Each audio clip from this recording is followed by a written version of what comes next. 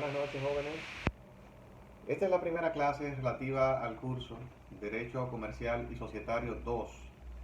Eh, Como ya dije en la clase anterior, en la primera clase, vamos a tratar de tener una simbiosis entre estas interacciones que vamos a hacer a través de la plataforma, subir estos videos y en una de las dos clases, en uno de los 2 días de las clases, vamos a intercambiar impresiones respecto del contenido que se va abordando en cada clase que se sube a la plataforma. De tal manera que eso le permitirá a ustedes estar al tanto de todas y cada una de las intervenciones y del contenido que se dilucida en esas intervenciones. Bien, esta primera clase es la introducción al estudio del derecho comercial y societario y está llamada a analizar de manera escueta lo que es el concepto del término, o el término, ¿verdad?, de sociedades comerciales, sus fundamentos, los elementos que le son inherentes o característicos al contrato de sociedad, de tal manera que nos dé una visual panorámica respecto de esos elementos que son de vital importancia para entender el devenir o el desarrollo de la asignatura que nos ocupa. ¿De qué se trata la sociedad comercial? Bueno, el término sociedad fue acuñado en el Código Civil de manera primigenia, fundamentalmente en el artículo 1832 de ese texto legal, el cual hace referencia a un convenio en cuya virtud dos o más personas se obligan a entregar y poner al servicio de la sociedad cualquier cosa en común, con el mero objeto de partir el beneficio que de esa actividad pueda resultar.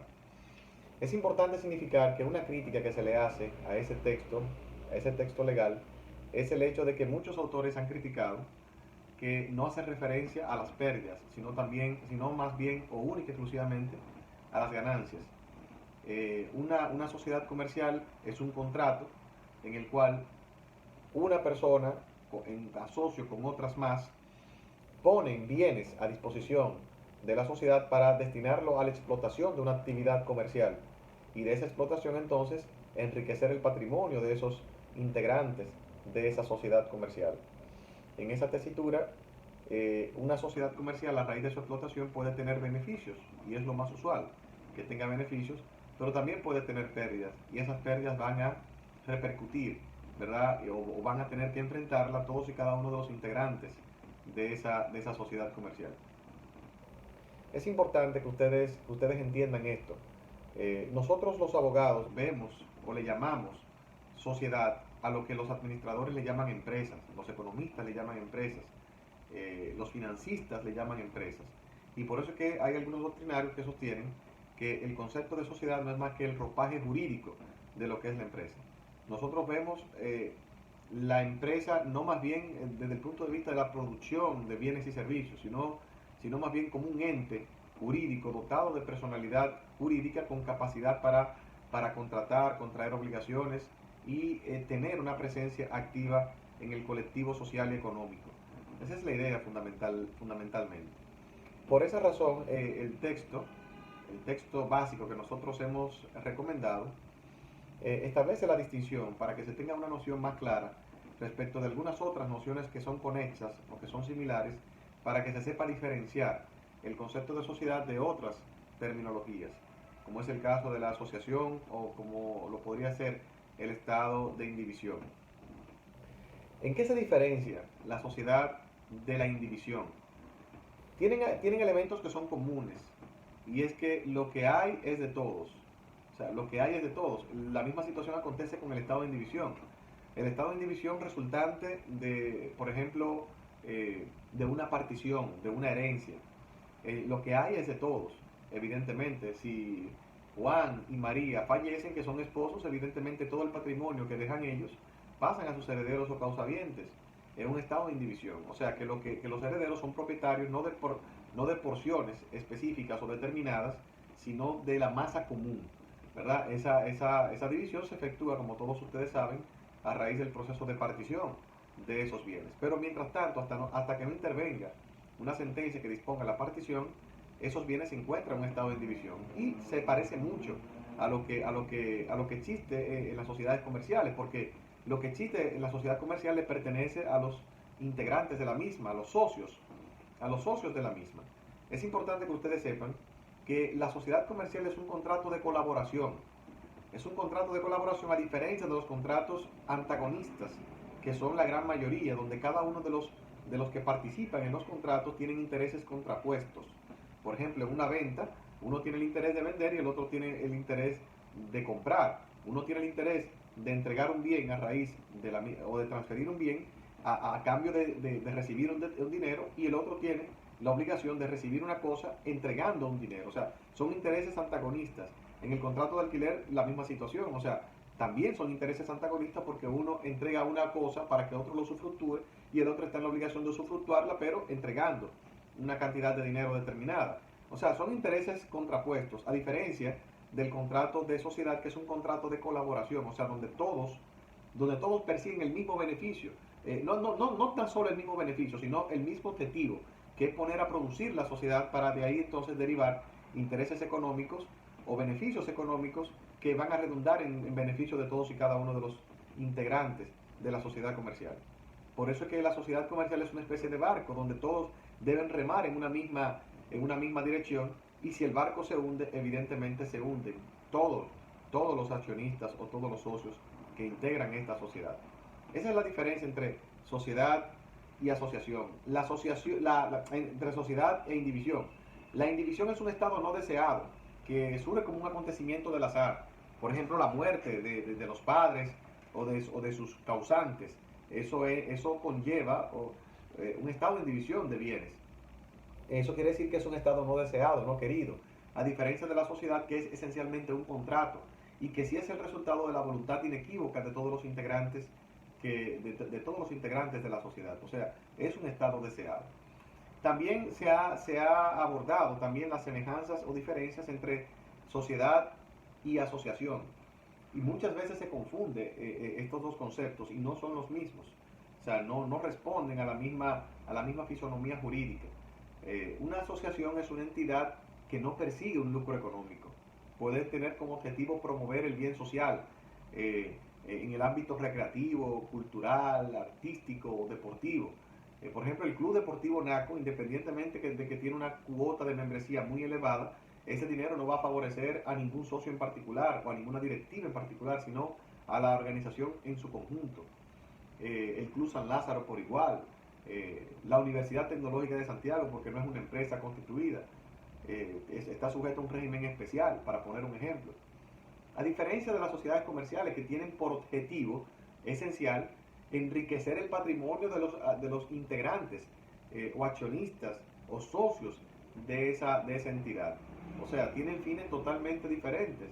El fin de una sociedad comercial es producir bienes y servicios para así entonces enriquecer el patrimonio, no solamente de la entidad, sino también de los socios que la integran, porque este patrimonio que beneficia a la colectividad evidentemente se va a traducir en beneficio de los socios o integrantes, porque ellos se van a repartir de manera proporcional el beneficio que de las actividades económicas se deriven de la empresa.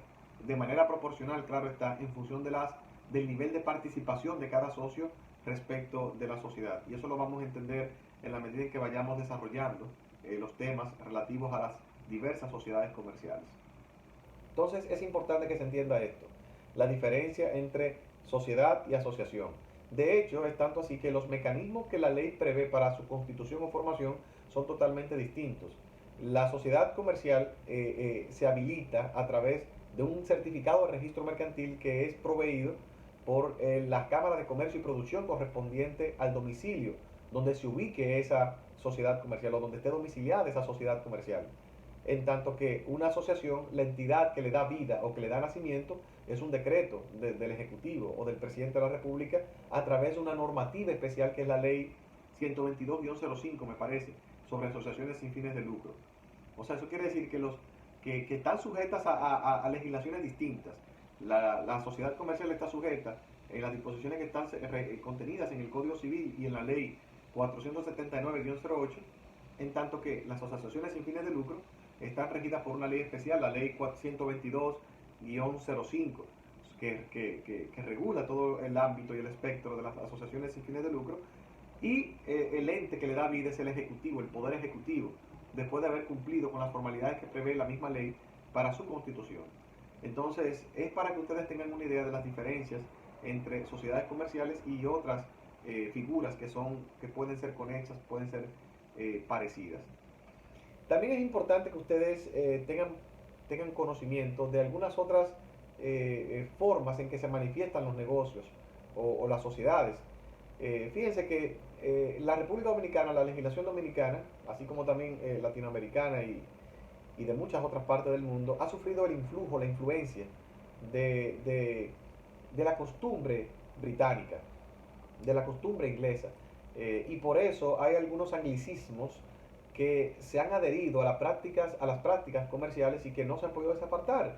Y que de hecho su traducción es literalmente difícil establecerla en el sentido lato y que por eso no se ha traducido, sino que se emplea con la misma fisonomía, con la misma terminología en el lenguaje de los negocios, independientemente de que estemos en idioma castellano. Es así, por ejemplo, como se conocen las figuras del know-how, de franchising, de shipping, de joint venture, de, bueno, de otras más terminologías, de CEO, por ejemplo, también. O sea, son terminologías que el mundo de los negocios ha incorporado como suyas a propósito de prácticas que han sido promovidas por países que han tenido un elevado nivel económico, desarrollo industrial y también en el ámbito de los negocios. Es así, por ejemplo, como resulta interesante saber, por ejemplo, qué significan los términos empresas offshore o el mismo joint venture. Cuando hablamos de empresas offshore que ustedes quizás han escuchado en las noticias, a propósito, por ejemplo, de los famosos papeles de Panamá o el mismo proceso de Brecht, hasta mismas declaraciones juradas, donde personas dicen tener empresas offshore. Cuando se hace referencia a empresas offshore es que están ubicadas fuera de la jurisdicción donde usted tiene su domicilio, o sea, fuera de esta demarcación territorial. Fundamentalmente y de manera muy común, regularmente en paraísos fiscales, en países que, por ejemplo, ofrecen un nivel de tributación muy bajo en comparación, por ejemplo, con nuestra legislación. Bueno, usted se preguntará cómo es posible, ¿verdad?, que hayan empresas con un nivel de tributación muy bajo. Eso no está en contradicción con las normas o tratados internacionales que regulan las tributaciones a nivel internacional y global. Bueno, sí. Y por eso la OCDE, que es una organización multilateral a la cual pertenecen los países más industrializados del planeta, han ido y han ido clasificando los países que son al día de hoy paraísos fiscales, de tal manera que ha impuesto sanciones a esos países, de tal manera que esos países tengan que ir adecuando su nivel de tributación a los parámetros globales establecidos en la gran mayoría de los países, de tal manera que se vayan eliminando esos paraísos fiscales. Pero al día de hoy todavía existen paraísos fiscales, o sea, personas que constituyen empresas y que mantienen empresas en esas jurisdicciones donde existe un nivel de tributación muy bajo. De hecho, el mismo presidente de la República actual, nuestro, tiene empresas en paraísos fiscales. Muchas personas en este país tienen empresas en paraísos fiscales. De hecho, salieron en los papeles de Panamá muchos empresarios dominicanos, en Gran Caimán, en Seychelles, un país europeo que también es un paraíso fiscal. Pero la idea es que se vayan desmontando y que se vayan sancionando esos países de tal manera que vayan adecuando su nivel de tributación a los que regularmente son aceptados a nivel global. Otra terminología es, como ya lo había dicho, es el joint venture. El joint venture, señores, tiene una importancia muy trascendente en nuestro medio, ¿verdad? Porque no es más que un contrato de colaboración entre personas que se dedican al comercio. Y es que muchas veces, para realizar determinada actividad o determinada empresa, se precisa de los esfuerzos no de una sola entidad, sino de dos o más entidades, porque podría resultar imposible que una sola entidad cuente con la logística, con los recursos para llevar a cabo una o tal actividad transitoria o indefinida. Entonces, por esa razón, empresas se pueden asociar para realizar una actividad conjunta. Y esa es la traducción literal del término joint venture. No es más que aventura conjunta. Aquí en nuestro país, por ejemplo, le llamamos consorcios de manera más común. Por ejemplo, el consorcio Estrella Odebrecht para la construcción de la autopista del Coral, por ejemplo. Eso fue un joint venture contractual, porque ambas empresas se unieron para poner sus logísticas, sus recursos en aras de diseñar, construir y culminar ese proyecto de ingeniería en la República Dominicana. Pero las relaciones terminan una vez se concluye el proyecto y eso estará determinado por el tipo de joint venture que hayan adoptado esas empresas. Por eso es que la doctrina clasifica dos, que es el joint venture contractual y el joint venture societario. El joint venture contractual es precisamente lo que se realizó en ese proyecto de la autopista del Coral, en el cual dos o más empresas participan en el desarrollo de un determinado proyecto, conservando todas esas empresas involucradas su personalidad jurídica, su autonomía, su independencia. Y solamente se concerta ese contrato estableciendo los parámetros de participación de cada uno de ellos y estableciendo también las ganancias que en función de su participación van a tener las empresas involucradas. Y otros están entonces la otra parte está el joint venture societario, donde dos o más empresas se convierten prácticamente en una sola, dando lugar al nacimiento de una empresa tipificada o calificada como una de las que están previstas en la ley 479-08 sobre sociedades comerciales. Puede ser una nueva sociedad anónima, una nueva sociedad de responsabilidad limitada. Eso quiere decir que ambas empresas o las empresas involucradas van a dejar de existir de manera individual y se van a convertir en una sola ya con un carácter indefinido. Entonces, eso es importante que ustedes lo sepan porque forma parte de los negocios y de la praxis normal que se da en la República Dominicana. De hecho, el hecho de establecer consorcios es una práctica muy recurrente, fundamentalmente para promover proyectos, licitaciones de obras públicas, porque una sola empresa quizás no cuenta con los recursos, con la logística, con todo lo necesario para llevar a cabo tal o cual proyecto, tal o cual obra que se vaya a desarrollar. Entonces, eso es importante que todos lo tengan pendiente. Entonces, el joint venture, al igual que cualquier otra modalidad para hacer negocios o contrato, ¿verdad? Porque al final de cuentas el joint venture en cualquiera de sus manifestaciones es un contrato, es un tipo de contrato de sociedad, tiene que reunir condiciones que son esenciales, inherentes a la formación de todo contrato. Y como ustedes han visto anteriormente, en clases, no en clases, sino en asignaturas anteriores, la ley prevé requisitos esenciales para la formación válida de todo contrato, que es el consentimiento de la parte que se obliga, la capacidad para contratar, un objeto cierto que forme la materia de compromiso y una causa lícita en la obligación. Esos elementos o requisitos están previstos en el artículo 1108 del Código Civil Dominicano. Y yo me imagino que quizás no sea necesario definir lo que significa cada uno de ellos, ¿verdad? El consentimiento de la parte que se obliga, bueno, el consentimiento no es más que la manifestación de voluntad de esa parte que se obliga, un consentimiento que debe ser prístino, que debe ser diáfano, que debe estar exento de cualquier tipo de vicios, ¿verdad? De los vicios del consentimiento, ustedes saben cuáles son: el error, el dolo, la violencia y la lesión, ¿verdad? Eso forma parte de lo que es el estudio de la teoría general de las obligaciones. Entonces, la capacidad no es más que la actitud que tiene una persona para llegar a ser sujeto de derechos y obligaciones. Es un concepto que se parece mucho al de la personalidad. Entonces la capacidad se requiere, ¿verdad? Porque usted no puede realizar una empresa con una persona que sea menor de edad, porque todavía no tiene capacidad jurídica, o con una persona que haya sido declarada interdicto por la ley, ¿verdad? O que haya sido declarada en quiebra, ¿verdad? Porque esa persona no tiene la capacidad para realizar comercio. Entonces, esos son elementos muy importantes para determinar si una persona puede llegar a ser socia de usted en un contrato de sociedad o en una empresa.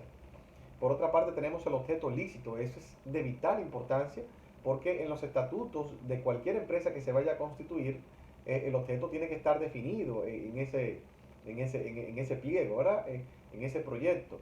La empresa debe tener un objetivo especial, un objetivo específico. Usted no puede constituir una empresa que tenga por objeto realizar todos los actos de comercio habidos y por haber, no. Usted constituye una empresa y esta empresa se va a dedicar a la fabricación, producción, distribución de productos químicos. Se va a dedicar a la promoción, a la publicidad, se va a dedicar a los servicios jurídicos y de asesoría, se va a dedicar a los bienes raíces, se va a dedicar al negocio de préstamos.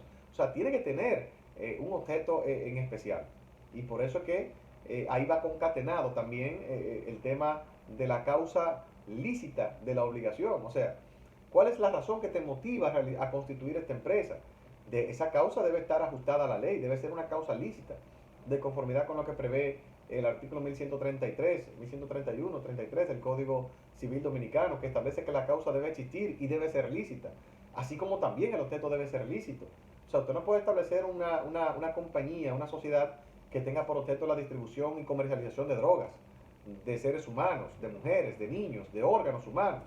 O sea, porque eso está prohibido por la ley, porque la ley sanciona la trata de blancas, la ley sanciona el tráfico de drogas o de sustancias controladas.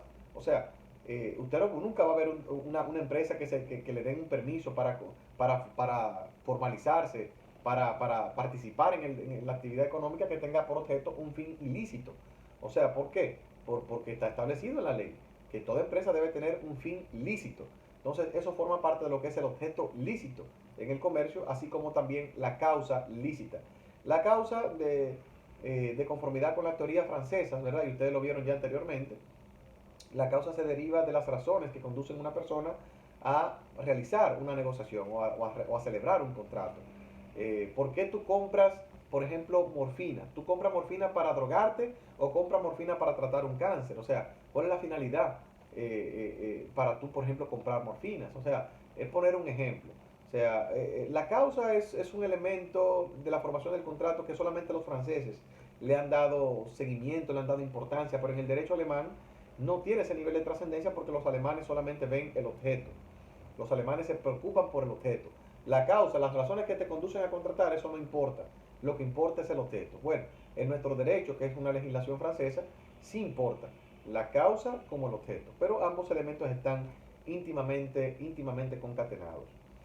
Pero esos son los elementos comunes, a todos los contratos de sociedad, a todos los contratos en términos generales, ¿verdad? Incluyendo el contrato de sociedad. Pero el contrato de sociedad es un contrato atípico, es un contrato especial, es un contrato nominado. Nominado quiere decir que está arreglado por la ley y que por vía de consecuencia tiene una autonomía, una independencia, unas características que le son propias. ¿Por qué el contrato de sociedad tiene unas características que le son propias? Bueno, porque tiene elementos que lo integran que no están previstos, no se pueden verificar en ningún otro contrato nominado que esté previsto en el Código Civil. ¿Y cuáles son esos elementos? Están los aportes y está el affectio societatis. Los aportes y el affectio societatis. ¿Por qué se establecen los aportes como un elemento integrante del contrato de sociedad? Porque sin aportes no puede haber sociedad. O sea, cuando una persona quiere darle participación a usted en una actividad, en un negocio, te pregunta qué tú vas a aportar. ¿Qué tú vas a aportar? O sea, porque tú no vas a ser socio simplemente poniendo tu presencia o tu carita linda, como dice. ¿Qué tú vas a aportar? ¿Qué tú vas a poner acá para que tú puedas ser socio de esta empresa o de este comercio o de esta sociedad? O sea, usted tiene que aportar algo. Y ese es de la esencia del contrato de sociedad. ¿Qué son los aportes? Bueno, son todos los bienes, muebles o inmuebles que los socios entregan en propiedad a la sociedad para que ésta pueda desarrollarse, para que ésta pueda realizar los fines que se ha propuesto en sus estatutos. Porque imagínense, o sea, ¿de dónde usted va a realizar la producción de los bienes y servicios si a final de cuentas no existe un capital que está integrado por esos aportes?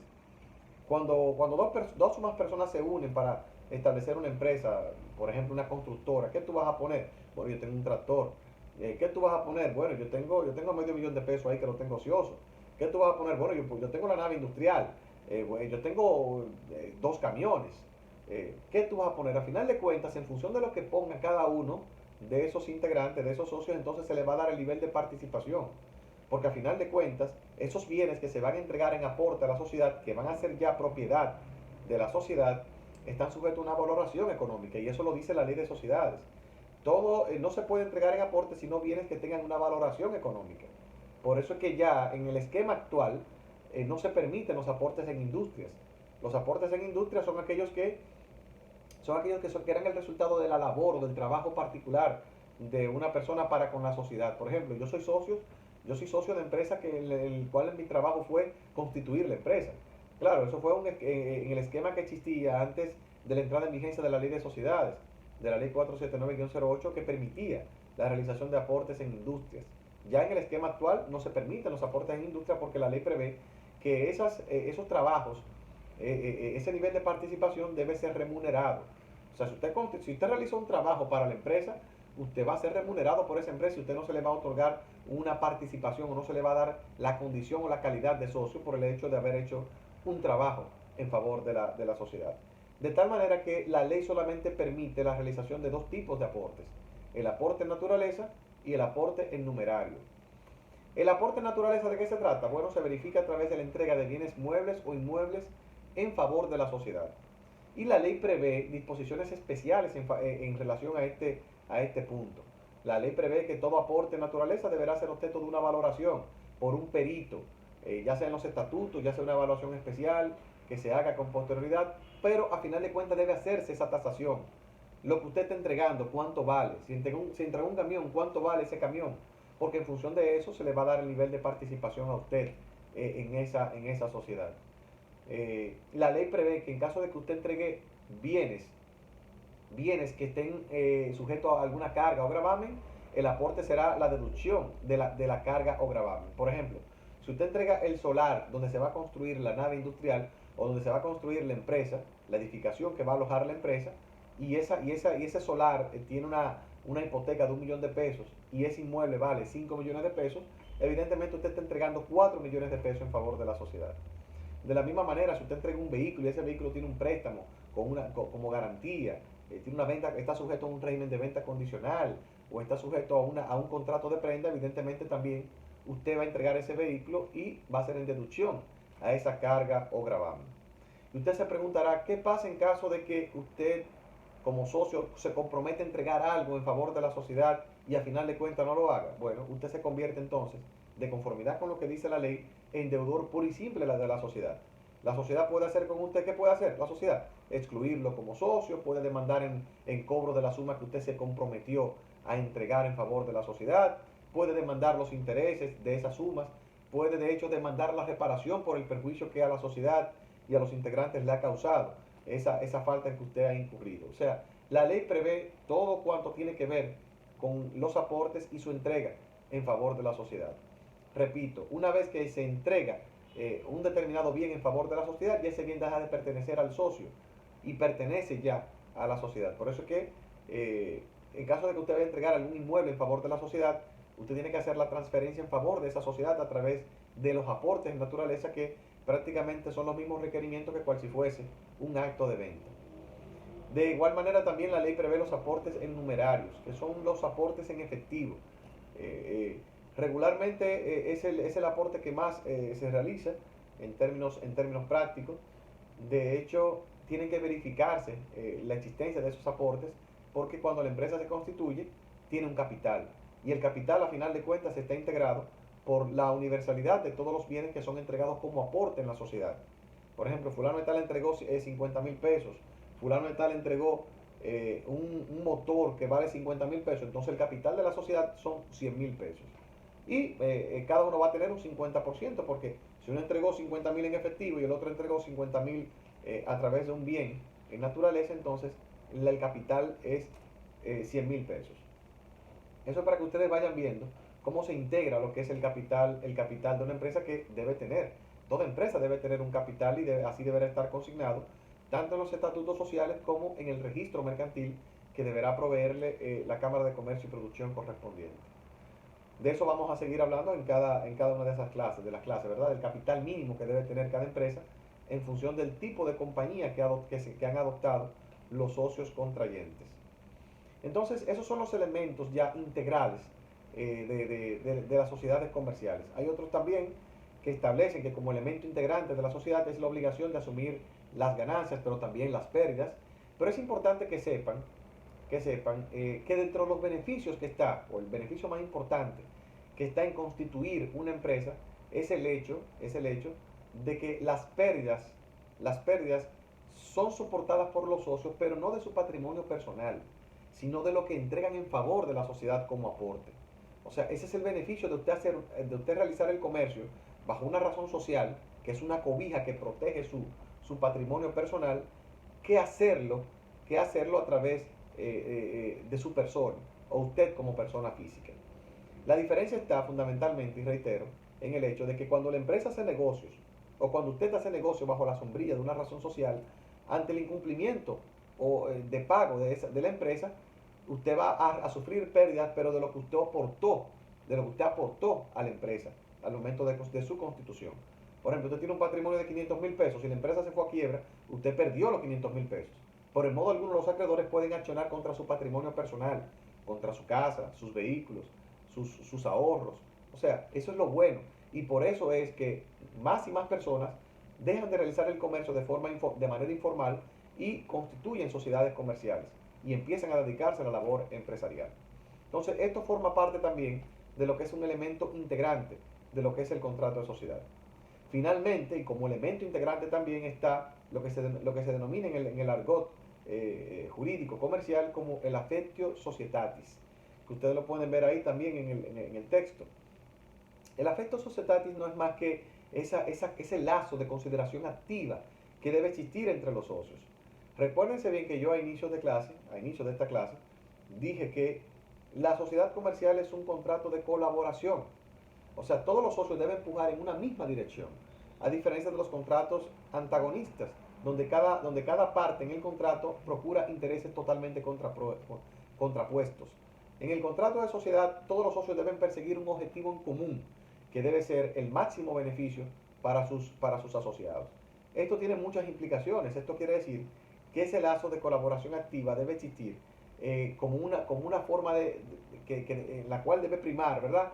Ese comportamiento, ese interés recíproco en el cual todos los socios deben aunar esfuerzos para echar hacia adelante la empresa.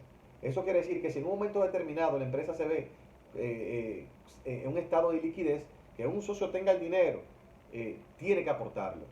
Tiene que aportarlo. Aunque después la empresa se lo restituya, tiene que aportarlo. ¿Por qué? Bueno, porque si tú puedes más que yo, o sea, si por ejemplo la empresa tiene una situación económica coyuntural difícil y hay un socio que tiene la posibilidad para aportar recursos, tiene que hacerlo. O sea, tiene que hacerlo ¿por qué? Porque debe propugnarse, ¿verdad?, por el avance de los negocios y porque la empresa se mantenga a flote. Y cada quien debe dar de lo que tiene. O sea, cada quien debe poner su granito de arena para que la empresa persiga sus objetivos que están delimitados en los estatutos. Eso no es más que el affectio societatis, o sea, ese lazo de colaboración activa que debe existir entre todos los socios. De ahí proviene la palabra socio. Precisamente, cuando tú eres socio de alguien, tú eres un enllave, tú eres una persona que va a estar ahí en las buenas y en las malas. De ahí proviene esa acepción. Entonces, estos son los elementos integrantes del contrato de sociedad en términos generales. ¿Cómo culmina el contrato de sociedad? ¿Cómo desaparece el contrato de sociedad? Desaparece por las mismas causales que desaparece cualquier contrato, claro, de manera general, pero también en razón de las características propias del contrato de sociedad, tiene causas de desaparición que solamente atañen al contrato de sociedad. De modo general, ¿qué puede dar como concluido el contrato de sociedad? La voluntad de todas las partes. Si todas las partes están de acuerdo, bueno, ya no queremos, yo no quiero ser socio, dice el otro, yo no quiero ser socio de este asunto, yo no quiero participar en este asunto, ni me interesa vender mis acciones, vamos a disolver esta empresa. ¿Cuál es el capital? 70 millones de pesos, vamos a distribuírnoslo como tal cual tenemos de participación en esta empresa. Y así entonces deciden desaparecer la empresa, liquidar la empresa, disolverla y liquidarla. Y ahí entonces desaparece la empresa. Ya, por ejemplo, socios de avanzada edad ya no quieren seguir con sus negocios y sus hijos tampoco quieren continuar con los negocios y no quieren venderla porque no quieren que un terceros continúen el negocio, un negocio que ellos formaron, un negocio que quizás tenga sus apellidos, ¿verdad? desaparecen, lo liquidan, la venden el patrimonio de esa empresa y ya desaparece la empresa. Eso es un mecanismo. Bueno, pero las empresas también tienen otras causales de disolución también. Muchas veces independientes de la voluntad de los socios integrantes de la misma. Por ejemplo, la declaratoria de interdicción, la quiebra de la empresa. La quiebra de la empresa hasta hace poco involucraba la desaparición de la misma. Actualmente tenemos una ley de reestructuración mercantil que tiende a que la empresa, no obstante el hecho de que tenga una situación de liquidez transitoria o momentánea, pueda seguir funcionando en el mercado. Un esquema similar a lo que existe en Estados Unidos, donde un comerciante puede quebrar 20.000 veces y puede seguir activo en el comercio. Es el caso del presidente de Estados Unidos actual, que quebró 16 veces y sigue con sus empresas todavía. Porque en el sistema norteamericano se permite esa reliquidación, esa reestructuración mercantil. Aquí lo tenemos a través de una ley del año 2015, pero que todavía no ha entrado plenamente en vigencia. Porque imagínense, tenemos un cuerpo normativo muy bonito, pero no se ha creado la infraestructura, la logística para dar cumplimiento a esas leyes. Estamos dando los pasos. Ya se han creado 2 salas de lo comercial en el Distrito Nacional y eso es un paso de avance. Entonces, también la desaparición o la disolución de la empresa depende del tipo social que se ha adoptado. Por ejemplo, en las sociedades en nombre colectivo y en las sociedades en comandita, las empresas se desaparecen por la muerte de un socio. Por la muerte de un socio, eso involucra la desaparición de la empresa, a menos que se establezca lo contrario en los estatutos. Pero esas son de las razones que han motivado que no muchas personas constituyan empresas en nombre colectivo o en comandita simple, porque de manera automática, a la muerte de un socio, entonces eso conlleva la disolución. Existen otras causales también, la liquidación, los procesos de escisión comercial, la fusión y la escisión comercial. O sea, cuando 2 empresas se fusionan en una sola, ambas desaparecen y se convierten en un nuevo tipo social. Cuando una empresa se escinde, o sea, cada parte de la empresa, por ejemplo, se crea una nueva, entonces también desaparece la sociedad matriz para entonces subdividirse en múltiples empresas. Para ponerle un ejemplo, por ejemplo, ya no existe el Banco BHD, ya no existe el Banco León, existe el Banco BHD León, a raíz de un proceso de fusión comercial. Esos procesos están todos delimitados en la misma ley de sociedades comerciales, la ley 479-08. Bien, yo no quiero abundar más allá, quizás lo que ha motivado que no abunde más allá es que no todos quizás tengan el material del cual vamos a impartir todas estas clases, pero yo quiero impregnarle a ustedes el hecho de que se trata de una materia muy bonita.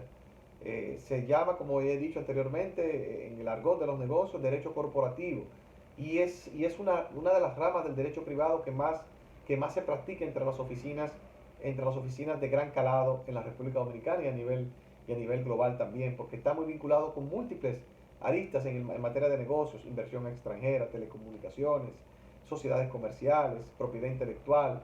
O sea, tiene mucha tela de donde cortar y a raíz de los procesos de globalización, su práctica se ha incrementado notoriamente. Entonces yo les quiero motivar a ustedes a que le tomen cariño a esta asignatura y una muestra de tomarle cariño es que estudien el material. Yo voy a subir un breve cuestionario, un cuestionario que no pasará de 10 preguntas, donde se van a tratar estos aspectos que hemos analizado brevemente en esta pequeña intervención. Nos faltó la clasificación de las sociedades, estará en el cuestionario y va a ser objeto de una próxima intervención.